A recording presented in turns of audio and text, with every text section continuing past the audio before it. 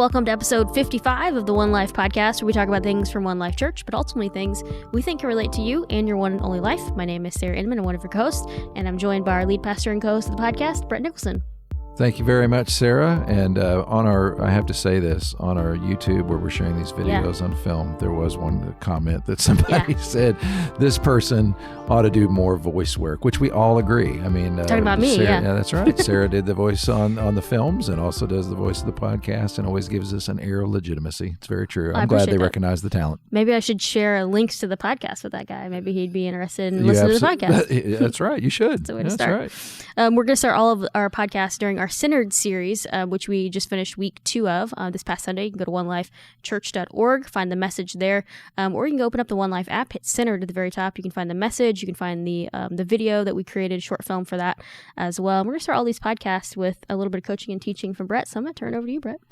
Thank you, Sarah. And I'm just going to do this just out and not be a dialogue, but then I may not be able to stand it, that you're just having to sit there awkwardly and you'll be there. But the main thing I want to remind everybody is we said our goals are pretty much threefold for the Centered series. First is to build a Christ-centered worldview. Second is to build confidence in a Christ-centered worldview. And then third is to learn how to have conversations of a Christ-centered worldview. And so that's what the podcast is really for, the two things, conversations and confidence. And we talk a little bit about that on Sunday, and today we're going to have a great conversation here in just a moment. But I want to take us back to what we said last week, and we said kind of our core verse for the conversation piece is 1 Peter 3. And that's, but in your hearts, revere Christ as Lord. Always be prepared to give an answer to everyone who asks you to give the reason for the hope that you have. But do this with gentleness and respect, keeping a clear conscience. And so that's the commissioning. That's the classic verse for if anybody ever asks you, why do you believe the things that you believe? You should have a ready-made answer. And so this past Sunday, I talked about, I used the scales, the old-time scales, I've used it for 20 years. But now what I'm doing is I want you to use it, believe it or not, because I've thought about it a lot and just kind of thought, I think it's a fairly useful tool because you can write things on a napkin. It's something that you can have as a tool just to kind of map out in your mind, how would you give reasons to someone? Now, I also said on Sunday, to get you to listen to this podcast, I said, I'm going to give the 2 largest weights that I believe on the belief side of the line. Before I do that, though, there was a man by the name of William Lane Craig, who's considered the foremost apologist in the world right now. He's spoken all over the world. He's debated, big-time scholarly atheist in the whole 9 yards. And I heard him say once that when it comes to this passage, he believes that every single Christian person ought to have written down in their pocket at least 5 evidences of why they really believe that someone should believe in Christ. I mean, have a reason prepared and thought through already. And so we want to help you do that. And that's why I want to think about the scales. I would encourage you to kind of look on the belief side, write down reasons why you believe. On the doubt side, write down some questions that you kind of struggle with, and then try to build the belief side of life. It's trying to put more weight on that. But let me give you a couple of weights. And this is something that also William Lane Craig said. I'm really just kind of repeating a lot of his stuff, but he's a lot better at this than I am. He said, always remember there's a difference between knowing Christ and showing Christ. Because when we talk about reasons, I think some of the people I know, when I talk about math or language or mind or any of the stuff that we talked about, some people are really into it. I know that. Some of you are dying 1,000 deaths because you're wanting me to talk about, worship or how to overcome anxiety or some of the headier stuff you're just not into. And I understand that. And you wonder, does that stuff really matter? Well, it only matters in the sense that the difference between knowing Christ and showing Christ. Some of you, to know Christ, you don't need any of that stuff. You've had an experience with Him. You believe in Him. You walk personally with Him. You're completely fine. But this passage is about showing Christ. Be prepared to give an answer for the hope that you have. And what you want to be prepared for is an answer that would be compelling to someone else, not just you. You have enough built in. That's why you're a believer. And you may have had one experience that blew your mind or you transformed your life, and you're good. You're fine. But oddly enough, I say that even though the first of, I think, the greatest weights of all that you can put on that belief side that you ought to have ready is your own story. It really is that way. The Bible says in Romans that God has His Spirit testifies with our spirit that we are His children. And so on some level, every believer has that moment that they went from not believing this and not experiencing it to believing it and experiencing it. But I was coached in how to share my faith with people. Always be prepared to have about a 2 or 3 minute version of your story that's told in a way that's compelling to other people. In other words, not long-winded, not kind of not something that's going to take forever to do, but always kind of be practiced up on what that would look like, because it is compelling. Because here's why it's the heaviest weight. It's the heaviest weight because think of it this way. The most attractive thing in the world, I believe, to most people is an authentic, respectfully communicated faith. An authentic, respectfully communicated faith. In other words, people are first interested to know if you're the real deal. So that means really focusing in on, okay, what's my story and do I live this story?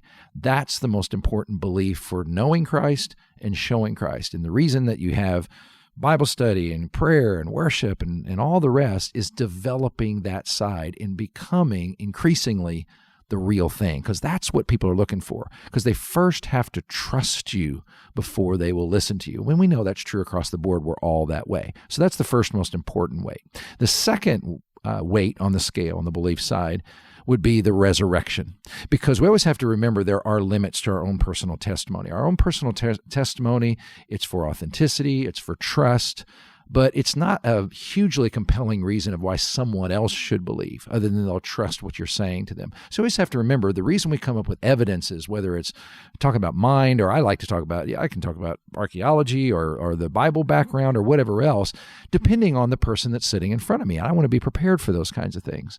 But so you always want to have something that's outside of your own faith so they can objectively look at it for themselves. And that is absolutely the starting place and ending place is the resurrection. And I think most apologists would tell you that is lock your faith into the resurrection of Jesus Christ from the dead, his life, who he is, his death, but his resurrection, because there's evidences for it. Familiarize yourself with those. Always bring things back to that. Always, because, whether it's creation or evolution or why does God allow suffering? I remember one apologist that we had come in, his name was Michael Lacona. He said, always remember this. If the resurrection happened, Christianity is true, period. That's the end of the story, because that really is real. And so even if those questions are out there, like whether it's evolution or suffering or any of those other things, if Jesus Christ rose again from the dead, there's answers to those questions. That's why you always want to lock in and link to that. And we're going to expand on that in weeks to come as we have some people come in and talk and interview. But I want to challenge you to explore and really deepen your own ability to communicate the resurrection of Jesus Christ from the dead and why you would believe such a thing like that and the evidence behind it. So you've done a great job, Sarah, just kind of sitting here patiently and taking it all in. You ought to do this professionally. You really should. Yeah, But that's it. And that's just kind of on the confidence side, but building that. And now we're going to have some conversation with someone that's kind of walked through the journey of going from unbelief into belief. And so that should be a fun thing to explore in real life. Yeah, we're excited to have Brandy and Julian on. We'll be talking to them here next.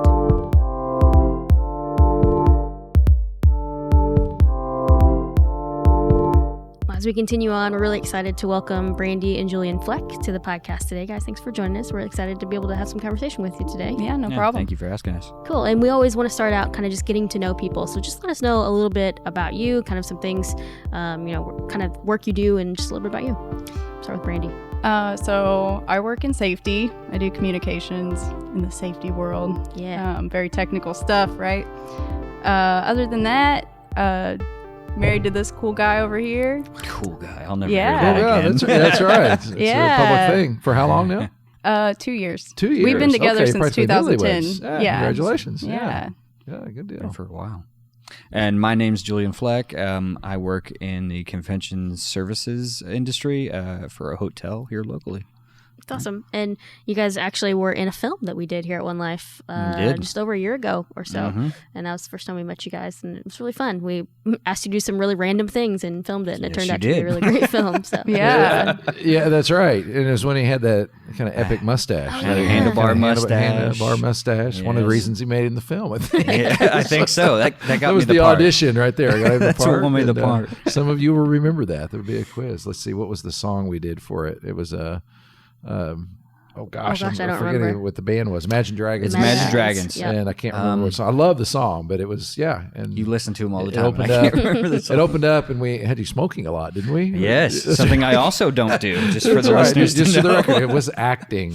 We did a lot of cigarette Lots of shots. fog, too. Yeah, fog and And Brandy was right. in that as well. I remember we were out at the riverfront in Newburgh. It was super cold. It was cold. there. At one point, I had my wedding dress on. Yeah, that's right. We were dancing in Yeah. an old building with some weird stuff in there. So anyway, it's a whole random but it was place. well worth the effort. Yeah, it was I great love that film. and idea. And so, and the goal today, through the podcast, is to continue being able to have conversations about worldview as we're in our Centered series. And we wanted to just bring some people on and talk about kind of what worldview means to you or what it has meant to you, and a little bit of your story. And so, Brandy, I'm going to ask you first. So, what would you say when you hear the word worldview now? Well, I think worldview is really just your belief system and your value system, which I think kind of comes from when you're growing up, your parents really influence you. But then as you get a little older, some outside things start to come in, and, you get influenced by other things, pop culture. I don't know. You meet new people from different cultures, that sort of stuff. So I think that's really the answer. Yeah. Julie, anything you'd add? Well, she kind of stole my answer. But, I was raised by two fantastic parents that didn't have a lot, but gave a lot. So, and then getting out of town and going to college and getting to meet all different kinds of people and seeing all different walks of life. Yeah. And so what I'd love to is just kind of get to know a little bit of your story and kind of, as you guys both attend One Life now and serving on teams here, and Brandy's on our broadcast team and Julian is on a worship team and actually getting ready to practice here in like an hour. So it's pretty exciting. But 5 years ago, let's just start there. 5 years ago, what would you have said your worldview was, or what did it look like? 5 years ago, I think most of my worldview is based in science and kind of pop culture, I guess you would say, based on the things that my family taught me growing up. And growing up, my family, we considered ourselves Christian family, but we didn't really have like a church that we went to. I think we went on like Christmas and like Easter. We were like that family, and I'm not dissing it, My dad tried really hard to like read the Bible to us. He tried to read the Bible too? No, he did read it to me. Getting me to listen was like another thing. Oh, okay. Well, sympathy your dad. Yeah, that's difficult. Yeah. So, I would say 5 years ago, though, I had gotten to a point where I kind of thought Christians and religion in general is kind of like a bad thing, because if you see people fighting about it, see them using it almost like a sword as a weapon, Right. To marginalize other people sometimes. So I kind of stepped away from it, and I was like, no, I don't believe any of that. Like, these people are crazy. Like, I don't want to talk about it. So yeah, I'd say that's where I was 5 years ago in terms of religion. So most of my worldview is just focused on the people right in front of me. Was there like a conscious choice you remember making? Like, okay, these people are crazy. I'm out of this. I'm going to distance myself. Like, that's an actual conscious thing in your mind? Yeah, I think it was gradual, though. I don't think it was like one thing. Right. I think it was just a combination of a bunch of things that all added up for me. Right. And just Social media being the biggest thing, you would always see stuff like that where it's 90% negative, and then right. I was wondering if there were ones that stood out, like that you remember, like some kind of big rock moments that added up to that conclusion. Yeah, like when people have like literal interpretations of every single thing in the Bible and rules in the Bible, or they use it to knock. What I'm trying to say is that at the time, the logic, the people that I grew up around with Christianity, I didn't have the same belief systems that they did. And I thought all Christians had the beliefs that they did, and that everything was literal. So when I came here for the first time, and you guys were talking about science in your Explorer series, I was like, oh, not everybody disses logic in favor of 100% feeling. Yeah. Right? So good job, was Brett. that your real perception? Oh, wait. Good job, Thank yeah. you, Sarah. I appreciate that. So was it a part of your perception was, okay, Christian people are not really into, whether it's logic, call it science, call it any of those things. Was that really was kind of your perception was that's the way things are. And even if I were to do that, I'd have to sacrifice my brain. Right, right. Okay. You couldn't bring your brain to You church. couldn't bring your brain to church. Right, See, right. Sarah, that's where that stuff comes from. And everybody worked. just thinks I'm just old here. It's, instead it's okay. Yeah, that's good. But you really didn't have that perception. Like if I cross the line over to that stuff, I may be able to do that, but I might have to leave my intellect behind. If you were saying like if you grew up and kind of had some understanding and maybe had been through a little bit of Christian culture and worldview, and then to a point where you're like, yeah, I don't really believe any of that. Did you feel like maybe culture was more accepting of that than a Christian worldview? I think so. Yeah. I think right now for sure. I think your mainstream culture right now, I think, is very judgmental of Christian worldview. Yeah. Yeah. I would agree. Yep.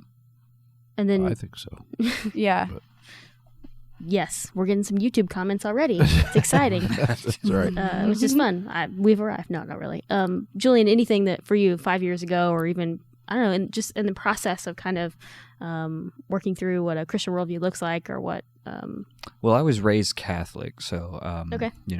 For 16 years, and then there for a little bit, I just stopped going, and I think that was a little bit of just trying to find myself in sobriety, just because I was newly sober, and then eventually Stacy just kept on saying, hey, you really need to check this out. I think this would be really good for you. It'd help you with having a little bit of a center because you always feel lost. And then Brandy went, and then she's like, you really need to check this place out. It's really cool. And then I just started coming. I mean, it wasn't really until I talked to Matt, and I just realized, like, wait a minute. I'm just like you. We're actually very similar. We have the same values and thoughts, and I want to surround myself with people that have the same thoughts and beliefs and stuff like that. So, Well, a couple things came up there. One was we said Stacy, and I guess we need to back up a little bit, and then Matt, and Matt is Matt who, if you don't Matt mind. Brybogel. Yeah. Matt Brybogel. Okay, Yeah. for those of you who The do not Matt. know that, Yeah. Matt, that's true. Who is taught here and things like that. But Stacy was who?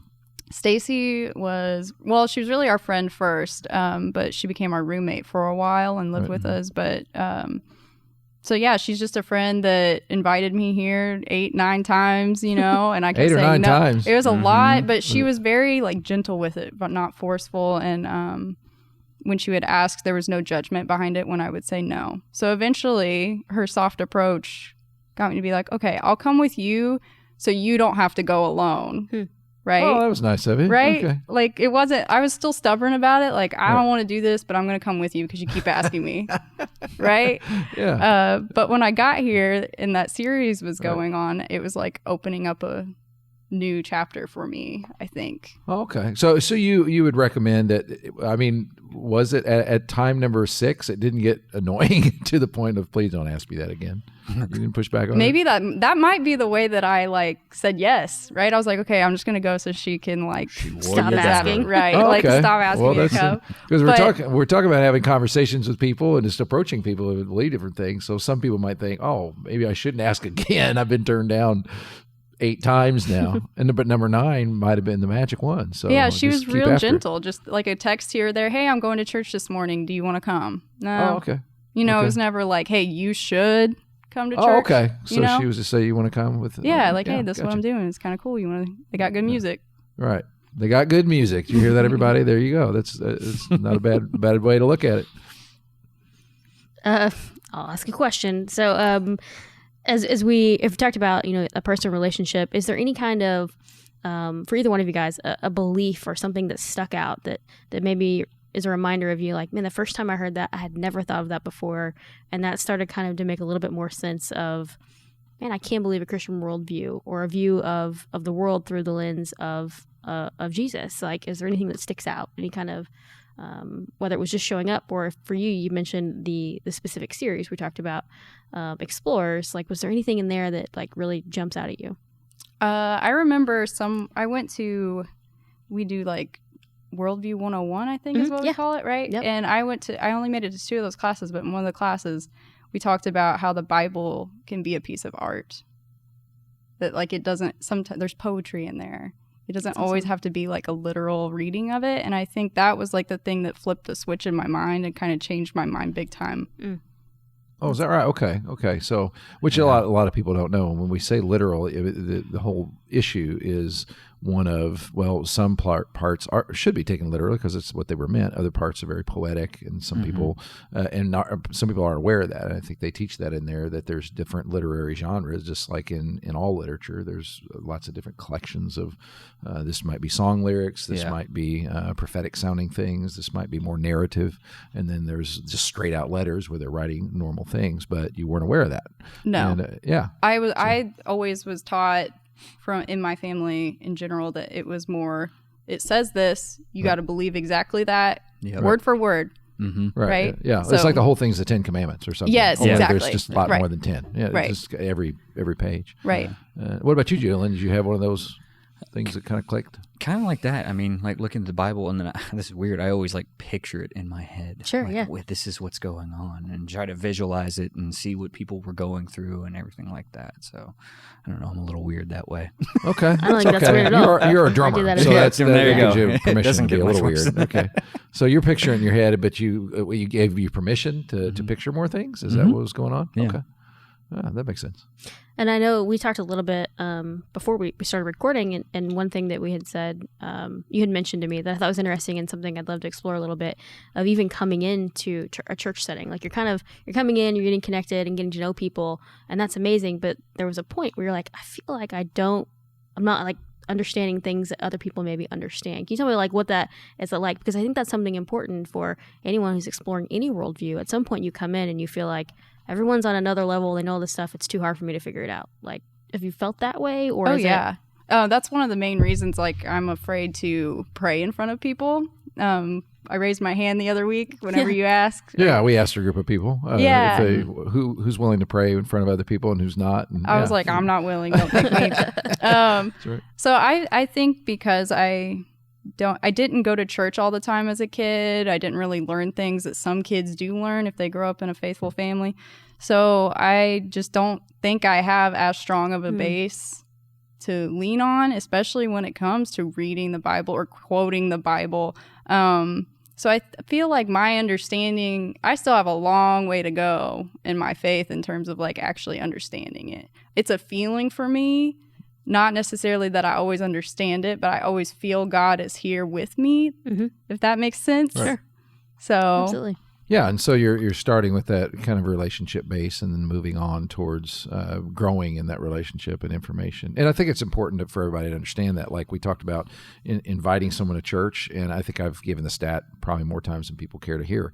90% of all people who ever come to Christ come to church first. That's a international thing. That's not just an American thing. So inviting someone to church is a good way to start, even if you have to invite them 9 times before they say yes. That can be a good thing. But they come on your arm, and I guess that kind of exposed you to a whole different world, is what I'm hearing you say. It's like, now, did you and Stacy talk much about it? Did you interact? Or? we did. We would go out to lunch sometimes after church and talk about it, and she was always very open and perceptive to the things I was saying that sometimes she would disagree with, but she never let me know that until later, I guess, But I mean, she's still doing that. She's just a good listener in general. Right, okay. So yeah, I think she was just a really good friend about it and met me where I was and didn't force anything on me. Yeah, but it's cool that you say she was a great listener. Yeah. So, because that's another thing. Right. It's just learning to be that and taking an interest in people's lives and letting them be where, because you said you didn't have much background at all. So you don't have a base of information. And I think that's one of the things we overlook a lot. It's very easy. People who come in the church environment, some of us have been in our whole lives, and we know the stories, we know the drill, and other people literally don't have that. And that's one of the most important things to remember. I continue keep learning and everything like that. I mean, it's like you said, my faith just keeps growing and growing and growing. Even though I went to church, I went to Catholic Mass every Sunday, every morning. Oh, you're an every Sunday guy. Every Sunday at 9:00 in the morning, always there. And then, coming here, it's like I just keep learning more and more. Yeah. I enjoy that. I like it. And good you get for to play me. drums along with it, which You is play a drums nice along with bonus. I always equate it to charging my battery. Coming to church every Sunday morning is like charging my battery and preparing me for the week. Oh, excellent. It's yeah. nice. We'll take that. So what's this look like for you guys together as you're both kind of learning new things? How's that like, are you sharing things back and forth? You guys feel like you're learning things at the same time? Has it been like just encouraging in general, or anything that you'd share there? I think in general, it's like kind of made us more patient with each other and more understanding of each other. Yeah. Oh yeah. And our needs I'm too, usually right? I'm a really mellow person, but I'm just like, oh wait a minute. I know what she's trying to get at. I just need to be more patient about it. Okay. Mm-hmm. Well, because when we pray together, we really know what's on the other one's heart, because he'll say something that I had no idea he was thinking about until he asked God for something or thanks God for something. So it's kind of a cool. And then you pray out loud with him? What? Do you pray out loud with him? We do. We're not I'm going to be honest. We do not do this every day. Not every day? You don't? No. Oh my goodness. No. Are you serious? Yeah, it's something we need to work on, I think. But yeah. Well, my wife and I don't do that every day either. yeah. Man, I just revealed something pretty Wow. serious. See, Ooh. we're not too Podcast strange. is- That's secrets. right. Not every Yeah. day. That's true. Yeah. We pray together. And that's another thing that I would highlight. You mentioned your wife, Krista, and Brandy serves on a team with Krista. And it's fun because I think what I keep seeing in you on the worship team now, connecting with people is usually like kind of what you started talking about. Like someone invited you and someone came with you and you started connecting to other people. You said that you were talking to Matt. You're like, I feel like we believe a lot of the same things. Like there's this somewhere along the line we've put up this wall and saying, I can't believe that because Christians or non-Christians, whatever side you're looking at, don't believe that. And so we don't allow ourselves to have conversations. And so the hope for this kind of content is to be able to find a way to continue to have conversations. So I'd ask you guys, what's suggestions for that? Like any way that if you're talking to someone who has a different worldview than you, what's some suggestions or things that helped you relate? Which you've mentioned them already, but I'm going to have you say them again. Yeah, I think it's like meeting people where they are and not forcing your beliefs onto them. Just listening, being a good listener and hearing their story and not throwing judgment on them immediately because they might be like an atheist. Oh my gosh, they like, oh, worst person ever, Right. That's important, I think. Yeah, absolutely. Yeah, just listening to people. I mean, you keep stealing what I'm going to say, so it's like, It oh, is. he's Jill's saying like the same first. thing Kind she of common said. sense, though, I don't know. To me, Well, you can never I mean, it lose is. just by saying ditto when your Yeah, wife says ditto, something. yeah. That's good stuff. That's right. He knows what's up. Yeah, earn me brownie points. Thanks, Brett. Yeah, I think we said this last week, but it bears repeating because it actually came out of some training that I had, because they emphasize always try to get to know someone's story, because to the point of, like, if someone calls himself an atheist, and some people are more, I don't know that you would have called yourself an atheist, but you would have said, I don't believe that stuff anymore.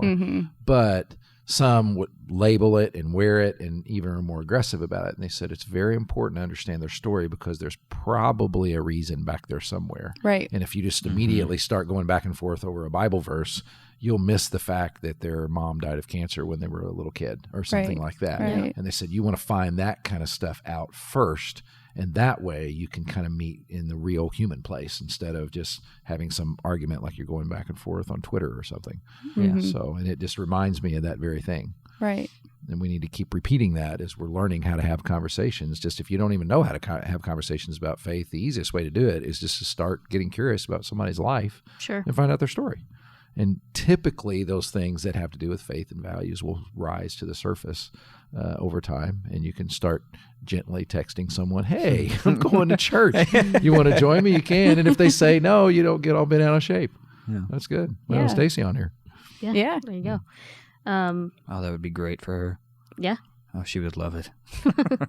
That's awesome. I love hearing stories of people connecting other people and then finding places that you feel like you can belong and connect to. And so we're excited that you guys are here and excited that you guys are willing to have a conversation and just be real about this and being able to talk about kind of a process that you're in the middle of and that we're all in the middle of. And I'm thankful that Brett's super honest about prayer because it makes me feel better. Hopefully it makes everyone else listening feel better. It's really great. I'm here to lower the bar for everybody. But thank you guys for so much and for, sharing a little bit of your personal story, your personal life. And we're excited to continue to grow with you guys. So yeah, thank you. Absolutely. Thank you for having us. This is great. Brett, anything you want to add or close with or? Well, what I would add is continue to listen to these. We're going to take different angles on this. We wanted you to hear someone's life that's just among us here at One Life and how they took their journey and how others played a role in that. We'll take a different look at it next week. I think it's next week, right? We're going to have Braxton Hunter back on, who is a professional apologist, and so he's going to go on and he's going to talk about reasons and how he's had actual, crowd watching debates and share out of that experience. And so make sure you keep tracking with that because it is important not only to know these things that we're learning on Sunday, but learning how to talk about them with people in our lives is critical. And so we're going to keep just kind of hitting it from different angles.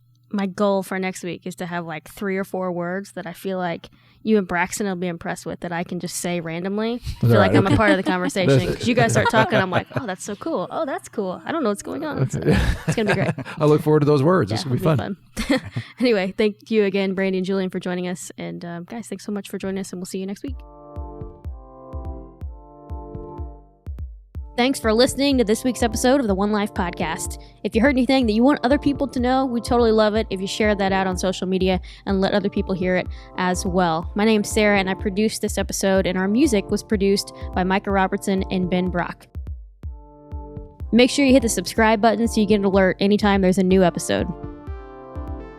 If you ever want to contact us at the podcast, you can email us at podcast@onelifechurch.org.